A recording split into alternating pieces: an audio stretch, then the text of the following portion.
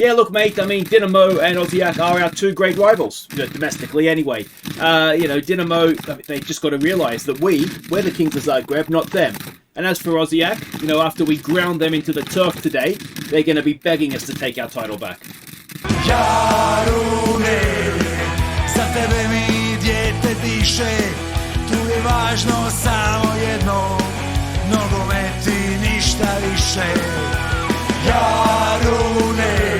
Hi guys, I'm Aussie Villain and welcome back to Jarun on the Impossible Dream. It is season 13, episode 12 today. We dust ourselves off after a disappointing Champions League exit, and we go again to trap up this title. We can't mathematically do it today, but realistically we can. We've got Dinamo away and then Osijek at home. Now, we have got our youth intake. It was, as it says here, an average intake.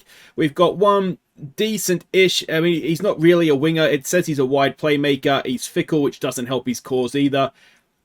I'm actually thinking there might be more of a striker there than anything. He's got the good off-the-ball movement. Pace is the issue, and that's why he's never going to be a winger, certainly in the traditional sense. So we'll see. Maybe a central midfielder. Maybe. I don't know. I don't know what he is, but there's certainly some quality there. We did get another centre-back. Not that we really need them, but we've got another one. The unambitious isn't great, but if we can mentor that out of him, then there's probably a good player there as well. And then we've got a few others here that may or may not amount to anything. We've offered quite a few of them contracts just because we can loan them out to our affiliates and see if they develop into anything. The only one that we've not really that's a good talent is this bloke because he's unambitious. Then I just don't see much there, if I'm honest. So yeah, he can go off and try and find a career elsewhere. Now there are some games to catch you up on since last episode. There's 3 of them all in the league. Obviously, that's all we've got left to play for now, which is disappointing, isn't it? The first of those was against Varazden. So let's go see how we did. We went in front when Gonzalez's cross found Cena. Tomato made it 2-0, but Varazden pulled one back before half time. Jaka Busic made it 3-1 before Vazgard took advantage of a defensive error. And Gonzalez added a stunning 5th. Love that Gonzalez strike at the end there. We sort of blew them away second half. Yeah, we were the better team. They're struggling a little bit this year. They're sort of just mid-table, but there's very much a top and then sort of a bottom, and they are sort of top of the bottom, if that makes sense. But yeah, we did a really good job here, dominated the game, good win, and then we faced Slaven Belupo. We went in front through Von Groningen. And Cena crossed for Vidal to get our second just before half-time. Gavia found Vidal to make it 3-0. Before Vidal pounced to complete his hat-trick. Von Groningen picked out Cena to make it 5-0. Before Slaven saved us clean sheet bonuses in stoppage time. So we were dominant in this game. You can see they had absolutely nothing until they scored their goal at the end there. Yeah, I mean, Cena and Vidal, very, very good. Generally, we were very, very good in this one, which is always nice to see. Next up, it is Istra. They are looking like relegation fodder. Let's see if they could do anything to stop that against us. Tomato gave us an early lead. And it was 2-0 when Resic teed up Medzar. Montel got our third. Before Gonzalez crossed for Medzar to get his second before half-time. Gonzalez was again the crosser for Medzar to complete his hat-trick. Before Haskar made it 6.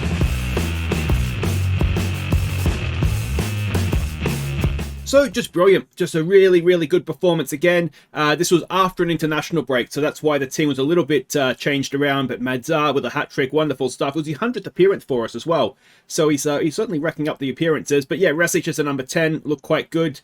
Just generally speaking, the only player that really didn't perform as you'd expect was Vazgard. But everybody else around him was brilliant. So what does this mean for the league table? It means we are still 5 points clear. There is 7 games to go, and there will be 5 games left after this episode, and we could potentially will be 8 points clear if if Osijek wins their game while we are away to Dinamo, and then we beat them. So yeah, that's where we're at. Dinamo aren't having their greatest season. They're sort of hoping for third, but probably more likely to get fourth. And you can see what I mean about a top and a bottom of the league. And it looks as though Istra is going to be going down this season. Now, a quick look at the league leaders. We have 2 of the top 3 goal scorers, which is probably why we're having a better season. It's always nice to see that. Top 3 in the average match ratings, though, of course, Kovacic is no longer with us. No one up there in assists. We do have Sina for man of the matches. Tybo Pinter up there for clean sheets. And we're very well behaved on the yellow card front as well. So to Dinamo, and we will be voting for your Viewers Player of the Year and in between the 2 games as well, so make sure you don't miss that. It is a 4-3-3 we're expecting out of them, and this is the team that we're sending out. I just want to quickly make sure that we're doing that. So it is Pinter in goal, Sanchez, Tomato, and Crespi as the Crespi that I want, or do I want Safronov, I think. Yeah, and then I'm not sure how we're doing for trained players, so we might need to make some other changes here, but I'll come back to that off camera. Von Groningen and Gonzalez will be the width. Montel, Vazgard, Gavia, Sina, and Vidal will be the rest of the team. Alright, so we can see the team sheets there. Of course, Santa Maria, one of our old goalkeepers, in net for them. And I don't think I recognise anybody else there. Now, a couple of things that have happened. Actually, I'll go through that as we wait for kickoff. Let's go, we'll keep that going. Alright. I can get on board with that. We've scored, 16 goals in the last 3 games, so we're certainly on form. But yeah, so what I wanted to just quickly catch you up on is Sina has now played a game for Italy. He was capped in the most recent international break, and Resic has scored his first goal for Croatia as well. Now, we've also had the next gen top 50. Now, I've written this down because I always forget. 6th was our new signing, Papa, whatever his name is, the Greek guy that we've signed. So he was the 6th in the next gen top 50. 31st was Vidal, and 33rd was Howe. And if you're wondering where Howe is, he is injured. Ligaments, I think it was, knee ligaments. I've got an eyelash or a cat hair or something about to fall in, so that's never great. And yeah, there we go. So that's everything, I believe, caught up on. And now we just want to go and try and once again prove that we are the Kings of Zagreb here. Was there anything else I was going to say? Oh, the other thing. Okay, that was what I was going to talk about as well. When we finished last episode, in my head, we're going to play wingers next season. This is not working for us in Europe. We're going to play wingers. I went to try and sign wingers. There's a good ball for Vidal. He's in. He scores. And it's 1-0 inside 10 minutes. And Vidal is looking very, very good. Is he not just number 20 for the season? So that is nice to see, obviously. Yeah, so I tried to find some wingers. I was kind of thinking if we can get one sort of genuinely like world-class elite winger, then we're good to go. Because we could use someone like Lacko, Sina, somebody else we could use as an inside forward. Similar, if you watch the Grindavik series, to how we use Sima. We sort of retrained him as a striker coming in from the left. So we could have done something similar, was my plan. I found one winger that was suitable, like really good in my eyes. And I think he was at Sassuolo. We bid 65 million or something for him, plus 20 million more if he played 50 games for us. Really, pushing out the boat, trying to get him in. And then he wanted over 100 grand a week in wages, and the promises that he wanted weren't really something I was willing to agree to. It was things like improving the attackers, which I'm not going to because I'm quite happy with our strikers. And that they were sort of non-negotiables for him. So in the end, it just kind of collapsed and it didn't happen. So obviously, we can revisit things in the summer as Gavia stands over a free kick. Can we get a second before half time? It's off the crossbar, but it looks like there's a free kick anyway. So yeah, I don't know if that's going to even be possible now. It would be nice to have a different option. But what I don't want to do is, I think let's find another gear to take charge of the match. Given where we are in the cycle of the game, and the new one is coming up relatively soon. We're almost in September now. What I don't want to do is sign wingers that are going to take a little bit of time to develop. There's no point. If we're going to change now, we need to change to players that just come in and make us better, not players that are going to need some time to grow. So yeah, we'll see. We'll see. I just feel really frustrated because it's just, for whatever reason, we're getting to the round of 16 every year did we get to the quarterfinals once maybe? And we just can't beat the, you know, the genuinely big clubs. So over 2 legs, we've beaten them over 1 leg. But when it comes to, yeah, that 2-legged tie, we're just not able to get across the line. All right, Cena is not having a great game, so let's get Lacko on for him. Vasgard again. He's not in form, is old JJ. Let's get Resic on for him. And we'll leave it at that for now. I mean, we've more or less dominated the game. It's a very sort of game that we've got against Dinamo in the past, where I don't know how much they're trying to score against us, to be honest. They just seem to sit back. And luckily on this occasion, we've been able to, to get a goal. So we'll lower our tempo. They've actually changed the way they're playing a little bit. So let's make sure that we're not getting pulled out of position, trying to man mark. But yeah, so we'll see what happens in the summer. I just am a little bit just down, I guess. I don't really know how to make us get over the line. So one thing I'm considering is maybe if we tweak the formation a little bit. What I don't want to do is go too defensive. This is wonderfully worked, and Gonzalez, if everybody's on side, which I'm pretty sure they are, that is a very, very nicely worked set piece, and Gonzalez was completely unmarked. Yeah, I thought it was okay, but short to Tomato, and yeah, I think this guy's panicked, hasn't he, and he's gone early, and Gonzalez, as I said, just completely unmarked, did a good job finishing it off, and yeah, Gavia was off, but Gonzalez was on. And yeah, that's very nice. Nice to see we're doing something to give you some training.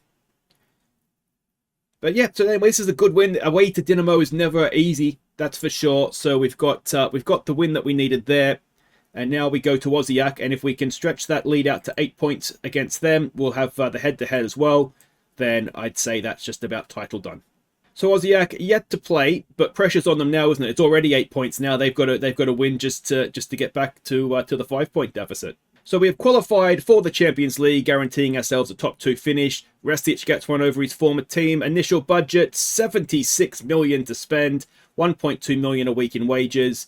And yeah, Tomato is looking a very good signing. You guys definitely pointed me in the right direction with that one. And yeah, that is that. So wait right there. It's Osijek next. It's essentially a game for the league. Okay, welcome back. It is time to vote for your Viewers Player of the Year. So thank you everybody who nominated, and in alphabetical order, these are our nominees. First up, it is Julian Gonzalez. 7 goals, 10 assists, average match rating of 7.33. Not bad for a fullback. Next up, it is Tibor Pinter. 13 clean sheets, 79% save percentage this season, and an average match rating of 7.05. Next up, it is Steven Cena, 17 goals, 7 assists, average match rating of 7.43. And the final man, it is Boris von Groningen, 5 goals, 13 assists, and an average match rating of 7.49. Now, as ever, there'll be a link at the top of the description, just below the video. Click on that, it'll take you through to a straw poll. Vote for who you think has been our best or favourite player this season, and we'll announce the winner at the end of season awards. And so to Osijek. Now, I just had a quick look. We've won 1, drawn 1, and lost 1 against them this season. So, yeah, it's all down to this one. If we win, not only do we get the 8-point gap, by the way, they won their last game as well. They beat, who did they beat? It was Slaven. Does that say Slaven? 3-0 against Slaven Belupo. So a decent win. So yeah, not only will be 8 points, but it'll effectively be 9 points because we'll have the head-to-head as well. And with 5 games to go, 9 points, we're not letting that slip, are we? We're just not. All right, so famous last words, of course. So expecting a 4-4-2 out of them with wingers and fullbacks. So everybody's going to be trying to get trapped inside, correct? Yes, very good. So Pinter in goal, Sanchez, Tomato, and Safronov with von Groningen and Gonzalez as the width. Montel, Vasgard, Gavia, Cena and Vidal. Is that what we want? I think that's what we want. Why is Vidal still unhappy? Wants to start more games. I mustn't have made him that promise, but he's certainly starting a few games now. So, yeah, we'll go with this. Worked last time. Let's hope we can notch up another win. All right, so we can see the team sheets. Another former player in goal for them. Do we recognize anybody else? No, I mean, this guy scores a lot of goals, doesn't he? I think this guy tends to score a few goals against us as well. Now, one other thing I did forget to mention, let's put on a real show out there. Let's stick to the game plan and we'll be fine, fellas. Is Philip has left. He has gone. He was there, of course, of under-19s coach for us. And Vukovar, who of course were our rivals in our promotion season, they came in, offered him the job as first team manager, which is not what he is ready for, in truth. I offered him a new contract just below $1,000 a week to stay as an under-19s coach. I asked him to stay, and then he went there for $1,500 a week. So he got a pay rise. He's a manager. Difficult for him to turn that down, I would imagine. But yeah, you know, like, he doesn't have the burger franchise. He didn't consider that on his earnings, I don't think. But anyway, we may or may not see him in the future.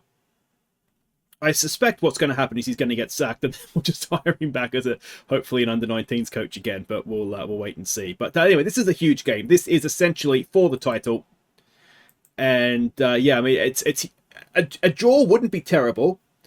What we don't want, of course, is to lose and have that back to 2-point game with them having the head-to-head over us, because that becomes a little bit nervy. Equally, if we win, then you know, we're not. I just don't see us dropping that many points. So, yeah, I mean, it might be one of these. I wonder what their mentality is, because they 100% cannot afford to lose this, can they? So that's not working out for us so far. So let's exploit the middle. Let's lower down the tempo a little bit and see if we can get something going for ourselves that way. And yeah, so far, absolutely nothing. Here we go. Sanchez over a free kick. Wide for Gonzalez. For Tomato. Timoteo is probably how you say it, which is a great name. Why me? I should just call him Timoteo. We'll go with his real name. I hadn't actually tried to say his name properly, but Timoteo is a very good name to say. Safronov. He is left-footed, so not ideal to have him playing on that side, but he's a better player, I think, than Crespi. So that's why he's over there. Timoteo, nice ball, that one for Gavia. Gavia gets it wide for Gonzalez, for Vidal. Cena's through the middle. Oh, look at Vazgard as well. Is Vazgard still there? Vazgard back in front, and Gavia tucks it away. It's his 12th of the season. It's 1-0. And as things stand, it is an 8-point gap back to Osijek for us to get our title back.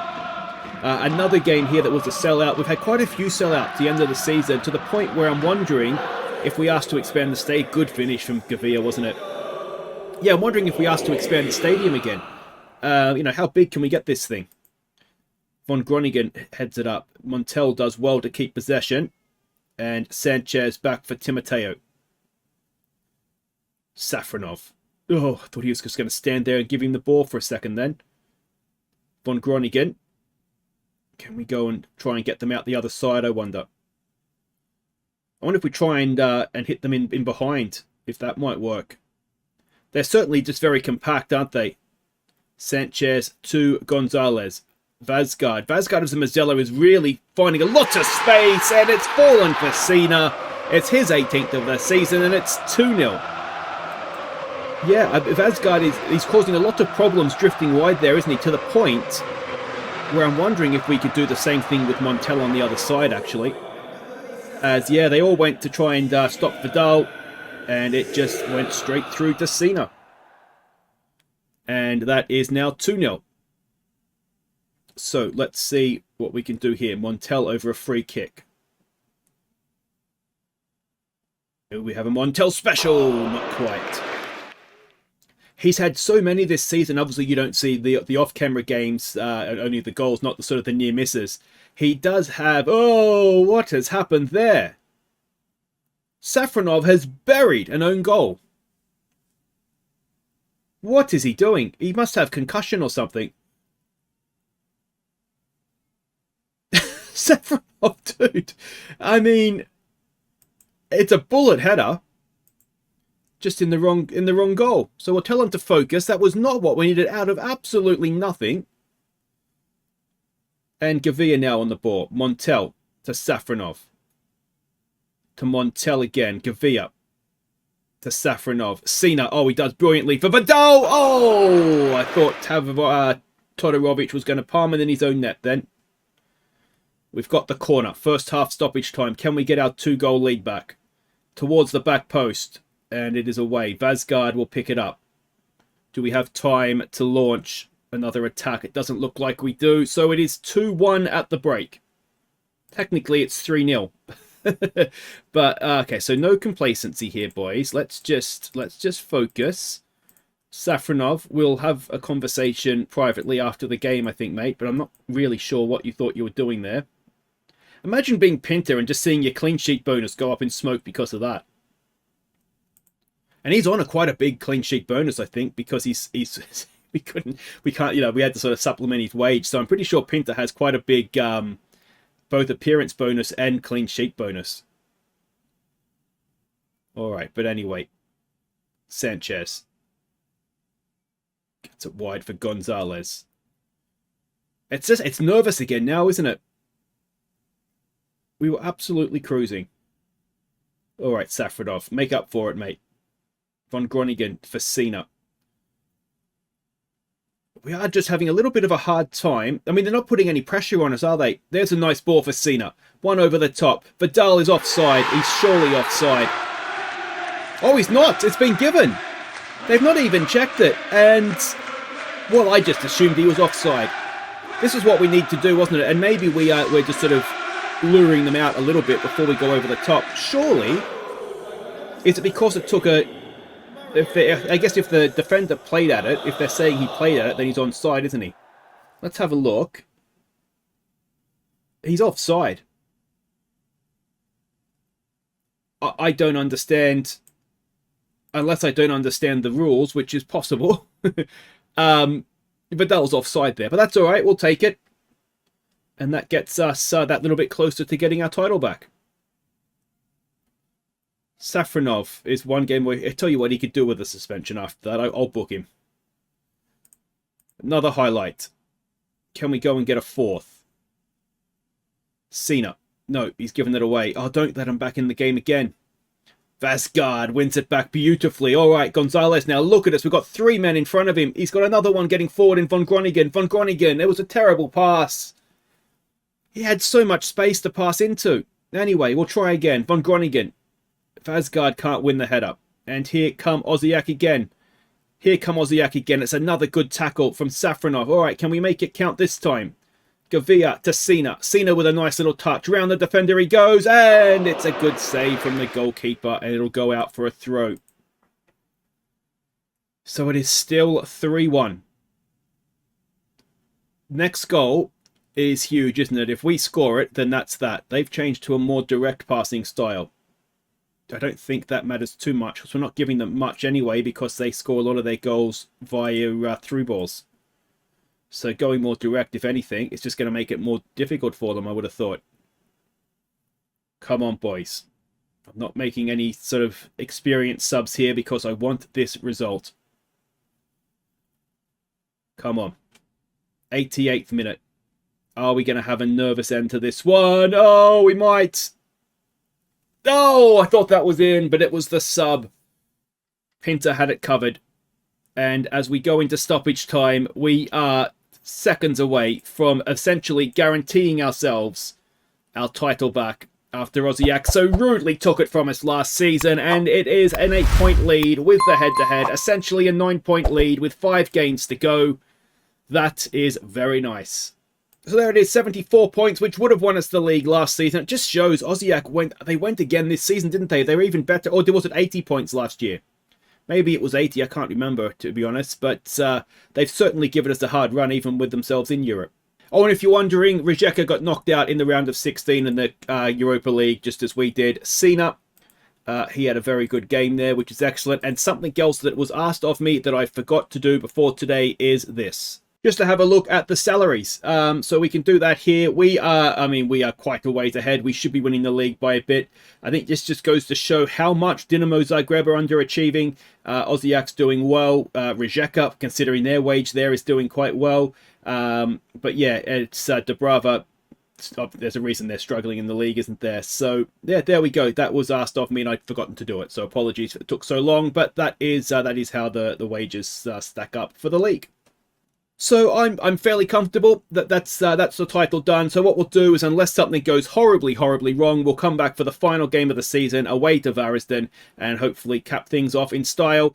Or what we might do is come back when we have the chance to win the league. So we'll come back, one game anyway, then the end of season awards, which of course means go and vote for your Viewers Player of the Year. We'll announce the winner next episode, and hopefully we'll be lifting the trophy. We better be lifting the trophy, or else it won't be an end of season awards next episode, will this?